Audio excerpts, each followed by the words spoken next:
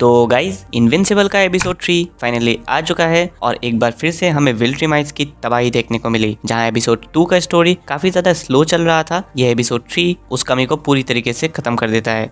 यहाँ हमें मार्क या इनविंसिबल से ज्यादा इस पूरे यूनिवर्स की स्टोरी के बारे में जानने को मिला, जिसके बारे में आज हम इस वीडियो में बात करेंगे। तो आप देख रहे हो द एनिमेशन नर्ड एंड शुरू करते हैं अपना बकवास।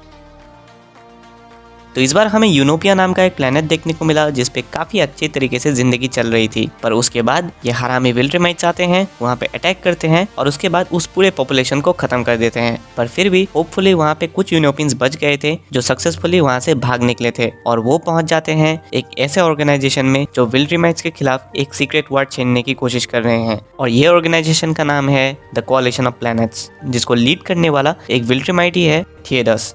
तो कोलिशन ऑफ प्लैनेट बेसिकली एक ऐसी जगह है जहाँ पर पूरे यूनिवर्स से अलग अलग स्पीशीज के लोग आते हैं और वो एक ही मकसद के लिए लड़ रहे हैं और वो है विल्ट्रीमाइट्स को खत्म करना। पर वो उन्हें भी पता है कि उनके पास इतनी ताकत नहीं है कि वो विल्ट्रीमाइट्स एम्पायर को खत्म कर दे, तो इसीलिए वो लोग अलग अलग तरीके ढूंढते हैं कि कैसे वो लोग विल्ट्रीमाइट्स को हरा सकते हैं। और फाइनली उन्हें एक होप मिलता है जब यूनोपियंस वहाँ पे पहुँचते हैं। तो यूनोपियंस की मदद से वो लोग अलग अलग तरीके के रिसर्च करते हैं और उनमें से एक रिसर्च सक्सेसफुल हो जाता है जहाँ पे वो एक ऐसा सुपर ह्यूमन नहीं, एक ऐसा सुपर एलियन बना देता है जो विल्ट्रीमाइट्स को हराने का काबिल हो, और इसका नाम था एलन।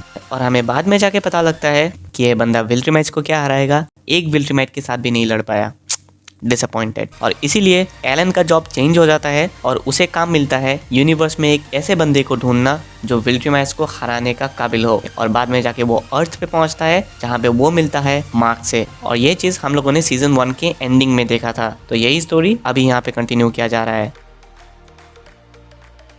तो इस एपिसोड में जब एलन आके ओमनीमैन और मार्क के बीच हुई लड़ाई के बारे में बताता है काउंसिल को, तो काउंसिल के सारे मेंबर्स शॉक हो जाते हैं क्योंकि विल्ट्रीमाइट्स आपस में कभी लड़ते नहीं हैं और ये चीज़ एक ही बार हुआ था और उस इवेंट का नाम था द ग्रेट पर्ज। तो द ग्रेट पर्ज के बारे में हम लोगों ने इसके सीजन 1 में देखा था जब ओमनीमैन मार्क के सामने वो कहानी बताता है अपने प्लेनेट का। तो ये एक्चुअली में एक ऐसा इवेंट था जहाँ पे विल्ट्रीमाइट्स के बीच में एक सिविल वॉर छिड़ गया था, जहाँ पे एक विल्ट्रीमाइट दूसरे विल्ट्रीमाइट को मार देता है और इसी में उनकी काफ़ी बड़ी पॉपुलेशन ख़त्म हो जाती है।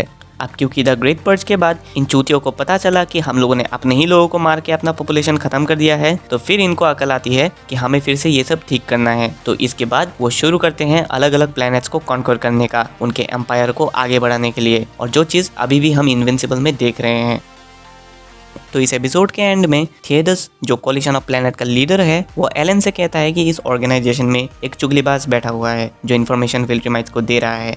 और ये बात प्रूव भी हो जाती है क्योंकि जैसे ही एलन ने इनविंसिबल के बारे में वो उस काउंसिल में बताया था, थोड़ी देर बाद उस पे 3 विल्ट्रीमाइट्स अटैक कर देते हैं, जहाँ पे 3 विल्ट्रीमाइट्स उसे बहुत ही बुरी तरीके से मारते हैं और उसे उस इनविंसिबल यानी मार्क के बारे में पूछता है। पर अपना एलन बड़ा ही डेयरिंग आदमी है, वो उन्हें कुछ भी नहीं बताता है, सिर्फ मार खाता है। और इन सब लड़ाई के बाद में हमें पता चलता है कि असली चुगलीबाज यहाँ पे और कोई नहीं बल्कि थिएडस खुद था। अब उसने ऐसा क्यों किया ये हमें आगे पता चलने वाला है एपिसोड 4 में। पर इसका एक छोटा सा रीजन ये भी हो सकता है कि शायद थिएडस को कुछ और भी बड़ा प्लान हो, इसीलिए उसने एलन को मार दिया, या फिर शायद वो पहले से ही चूतिया था। पर ये बात मैं इसलिए कह रहा हूँ क्योंकि कॉमिक्स में थिएडस एक अच्छा बंदा होता है जिसका एक ही मोटिव है विल्ट्रीमाइट्स एम्पायर को रोकना। पर यहाँ पे शायद शो में कुछ अलग डायरेक्शन भी वो लोग ले सकते हैं जो हमें एपिसोड 4 में ही पता चलेगा, जो एपिसोड बहुत ही बढ़िया एपिसोड होने वाला है और ये मेकर्स ने खुद कंफर्म किया है।